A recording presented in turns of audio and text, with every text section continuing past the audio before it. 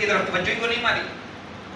کتنے بندوں کو فکر ہے کہ نواں سال شروع ہوا ہے یار پچھلے سال میں نے کتنی چبلیں ماری ہیں تو میں توبہ استغفار کر کے تو اپنا راستہ ہی بدل دوں. کسی نے سوچا بیٹھ گئے؟ کتنوں نے مسجد کی راہوں کو پابندی سے پکڑ لیا ہے کہ یار پچھلے سال میں کتنے مر گئے اور میری ہم عمر کتنے مر گئے یار میں گھومتے بس کرا بس یار سیٹنگ بدلو یار. اس طرح کتنوں نے یہ کیا ہے؟ کسی کی زندگی کے اندر کربلا کا پیغام ہے؟ کسی کی زندگی کے اندر بی بی فاطمہ الزہرا رضی اللہ تعالیٰ عنہ کا پیغام ہے؟ کسی کی زندگی میں کسی پرانی شخصیت کا عظیم شخصیت کا یعنی نبی صحابہ تابعین یہ وہ ان میں سے کسی کے اثرات ہیں کسی کی طبیعت کے اندر؟ بخل پرلے درجے کا، کنجوسی پرلے درجے کی، اسلام پہ اعتراضات پرلے درجے کے اور دین کے قریب بالکل بھی نہیں ہونا. ہم نے کیسی طبیعت ہو گئی ہے یار؟ اگر نہیں تسی مینوں نہ اعتراض دسو حدیث کرتاز کی سی وہ جڑی قلم دبا حضور نے منگائی سی حضرت عمر نے پھر کیوں رکھیا سی وہ تیرے پیٹ میں مروڑ اٹھ رہے ہیں 1440 سال گزر گئے. جب میرے نبی قلم دبا منگا رہے تھے حضرت ان کو روک رہے تھے حضرت عمر رضی اللہ تعالیٰ اور انہوں نے قلم دبا نہیں لانے دی تھی. اس وقت ان کے گرد کون موجود تھے؟ کسی صحابی کی تو بات بتا کہ اس نے کہا کہ عمر نے غلط کیتا ہے. جو وہاں لوگ موجود تھے ان کو کچھ بھی نہیں ہوا کیونکہ ان کو پتا تھا کیا ہو رہا ہے. تیرے پیٹ میں آئے مروڑ اٹھ رہے ہیں. یہ ہے اعتراض جو کبھی ختم نہیں ہوگا. اعتراض صرف کسی نیک آدمی پہ نہیں، اعتراض کسی عالم پہ نہیں، اعتراض کسی یعنی ولی پہ مفسر پہ کسی فقیہ پہ نہیں، اعتراض تو تابعین پہ، اعتراض تو صحابہ پہ اور اس سے آگے بڑھ کے اعتراض تو نبیوں پہ اللہ کے بندو. پھر نبیوں پہ ختم نہیں، اعتراض تو اللہ کی ذات پہ، اللہ پہ اعتراض بھی کبھی ختم ہوئے ہیں؟ کن چکروں میں پڑ گئے امت آئی دیکھو کن روایات میں الجھی ہوئی ہے. یہ ایسے ہوا تھا وہ ویسے ہوا تھا نہیں ایسے ہوا تھا نہیں ویسے ہوا تھا. حضرت عمر نے بی بی فاطمہ کے دروازے کو آگ لگائی تھی تو پھر حضرت علی کہاں تھے بھائی اس وقت؟ کیسی باتیں کرتے ہو؟ نہیں اے شیعہ کا اعتراض بڑا تگڑا ہے. تینوں کیوں پتہ لگا تگڑا ہے؟ تیرے پاس علم ہے نہ تجھے صحیح کا پتہ نہ تجھے غلط کا پتہ. جو تیرے سامنے بیان کرتا ہے تیری طبیعت کو صحیح لگے تو کہتا صحیح ہے، تیری طبیعت کو غلط لگے تو کہتا ہے غلط ہے. علم کی بنیاد پہ تھوڑی تو کہتا ہے کہ صحیح ہے یہ غلط. تیرے پاس علم ہے ہی نہیں تو اسی طرح زندگی بسر کر رہی ہے. یوں ہی مرنا ہے. آپ چاہو کہ دیوبندی بریلوی اور شیعہ سنیے اختلافات ختم ہو جائیں، کر سکتے ہو؟ کوئی مائی کا لاکھ بتاؤ جو کر سکتا ہو. میں کہہ رہا ہوں 1400 سال میں نہیں ہوئے تو تم کیسے کر لو گے؟ یہ نہیں ختم ہونے ہیں کیونکہ ان کی کوشش ہے سارے کو اپنے حال کھینچ رہی ہے اور ہماری کوشش ہے کہ سارے اپنے حال کھینچ رہی ہے. اور اصل جو نقطہ ہے شخصیت سازی جو صحابہ کے اندر تھا شخصیت سازی وہ کہیں بھی جب علاقہ جا کے فتح کرتے تھے وہاں جا کے کبھی بھی فتح کرنے کے بعد نہیں کہتے تھے کہ سارے علاقے والے کی ہو جاؤ مسلمان. کبھی بھی نہیں کہتے کبھی بھی نہیں کہتے تھے کیونکہ اسلام اجازت ہی نہیں دیتا کسی کو جبری طور پہ مسلمان کرنے کے. علاقہ فتح ہو گیا بھائی جڑا مسلمان نہیں ہوگا تو ہم لا دیں گے. نہیں کوئی بھی ٹھیک ہے اپنے اپنے مسلک پہ رہو جس طرح تم ہو رہو بس ہمیں ٹیکس تو ہم تمہاری حفاظت کریں گے. لیکن وہ اور بات ہے صحابہ جو بھی علاقہ فتح کرتے تھے وہ علاقہ مسلمان ہوئے بغیر رہ ہی نہیں سکتا تھا. وہ کہتے تھے بندے ہی میں نہیں یار یہ فاتح ہیں انہوں نے ہمیں فتح کیا ہے. یہ تو یوں لگ رہا ہے جیسے ہمارے خادم ہیں یہ خود بھوکے رہ لیتے ہیں ہمیں نہیں رہنے دیتے خود دھوپ میں بیٹھ لیتے ہیں ہمیں چھاؤں میں بٹھاتے ہیں. یہ بندے کی میں نے شخصیت سازی تو وہ شخصیت سازی تھی اور اسلام یوں پھیل رہا تھا کہ ہر دور حکومت کے اندر 2 سے ضرب حضرت ابوبکر صدیق کے دور حکومت کے اندر 11 لاکھ, حضرت عمر رضی اللہ تعالیٰ عنہ کے دور حکومت کے اندر 22 لاکھ, حضرت عثمان غنی رضی اللہ تعالیٰ عنہ کے دور حکومت کے اندر 44 لاکھ. کیوں اسلام ہے شخصیت شخصیت ہی کوئی نہیں ہے یار, نظر ہی کوئی نہیں ہے. تو یہ ہے کربلا کا پیغام, یہ میرے امام حسین رضی اللہ تعالیٰ عنہ کا پیغام ہے. مت الجھو, مت ان چلاکیوں شیاریوں کے اندر پڑو. اللہ کے ہاں چلاکیوں شیاریاں نہیں چلتی. چاہے تم کہہ دو 5 تن پاک اور اس سے تم اپنی مرضی کے 5 نکال دو, انج نہیں ہونا. وہ تو اللہ کا فیصلہ اٹل ہوگا. اللہ رب العزت نے اپنے نبی کے ذریعے سے وَيُزَكِّيهِمْ اپنے نبی کے زمانے کے ان سارے لوگوں کو پاک کروایا. اپنے نبی کے ذریعے سے اپنے نبی کے ہاتھ میں بیعت کرنے والے سب لوگوں کو اللہ نے کیا کروایا تھا؟ پاک کروایا تھا. تو وہ سب تن کیا ہیں؟ پاک ہیں.